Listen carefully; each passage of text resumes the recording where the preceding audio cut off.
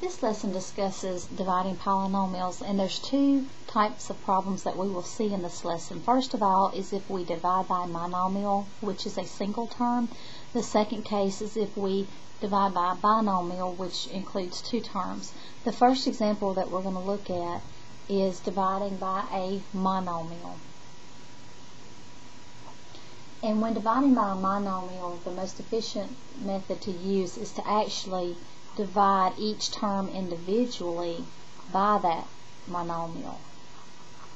So I'm going to rewrite the problem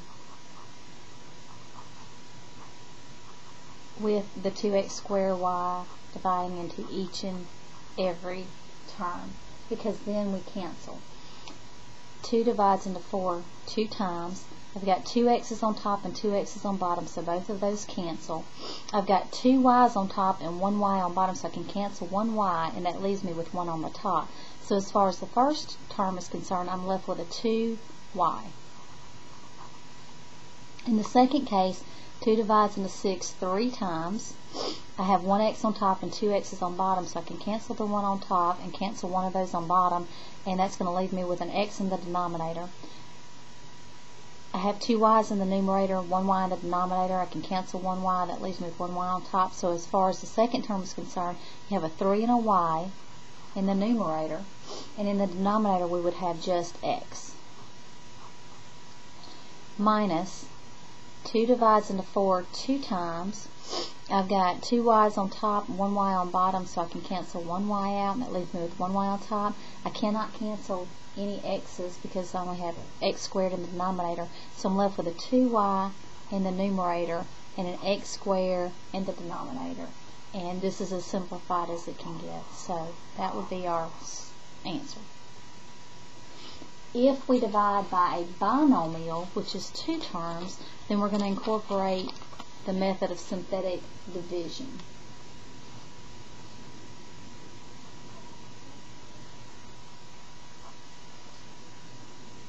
When we use synthetic division, we first draw an upside down division sign.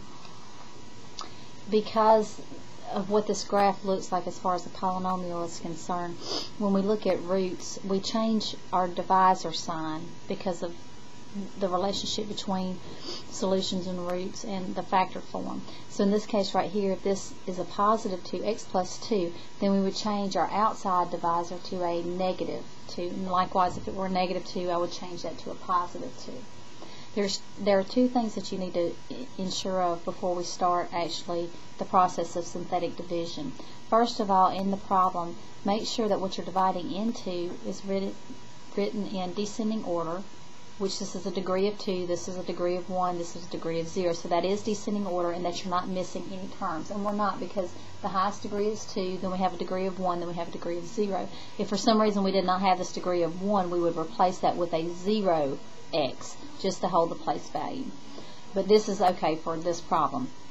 So we're going to write our coefficients down on the top line. The coefficients of x squared is 1, the coefficient of x is positive 3, the coefficient of our 0 degree term, which is going to be positive 2. So we bring those coefficients down. At this point, you have the problem set up.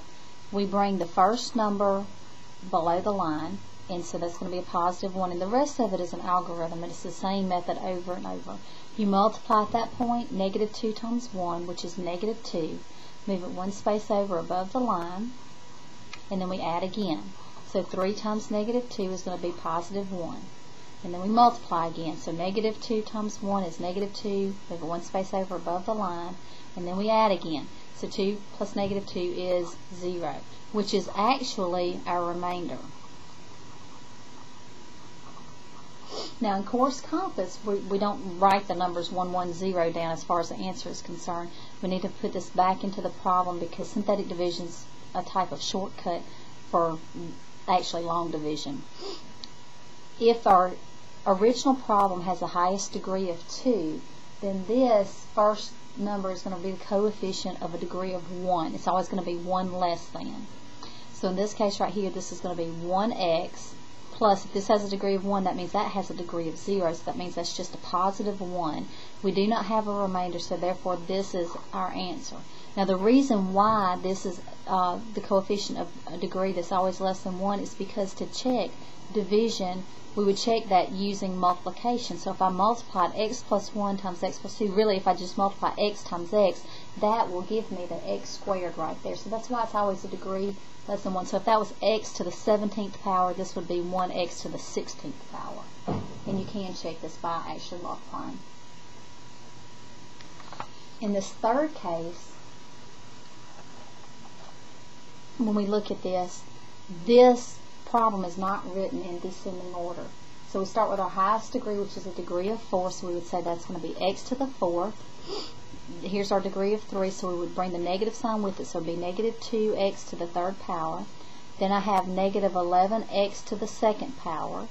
And then I have a positive 34, but the problem is I have a degree of 4, a degree of 3, a degree of 2, and then it skips to a degree of 0, so therefore I'm missing a term. So I'm going to put plus 0x, because that would be representative of a degree of 1, and so I would bring my positive 34 down at that point. So descending order, and if you're missing any term, you may be missing more than one term. Place zeros if you need more terms to take care of.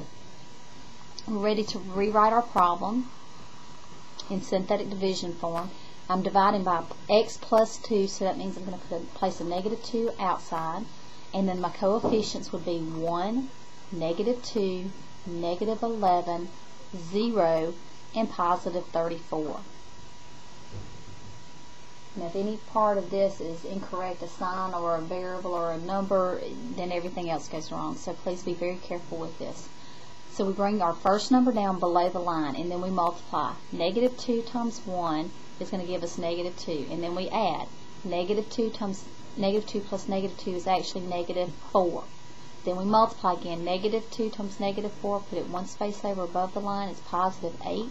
Negative 11 plus 8 is actually negative 3. And then we multiply. Negative 2 times negative 3 is positive 6. And then we add vertically. 0 plus 6 is positive 6. And then we multiply. Negative 2 times 6 is going to give us negative 12. And then we add 34 plus negative 12, which is a positive 22. And remember, this is our remainder. Now, as far as writing our final answer down, we need to make sure that we go back to the original problem. It began with a degree of 4. That's my highest degree. So if this is a degree of 4, then that means that's going to be 1x cubed. It's always 1 less than. If this is a degree of 3, then this is going to be a degree of 2, degree of 1, degree of 0. Now there's two ways you can write the remainder. One is with a capital R, and then 22. Most likely you'll write it as 22 over the original divisor, which was actually x plus 2 prior to the synthetic division. That's probably how you will see your answer more than any other case. And that's your solution. And of course you can check this by multiplying.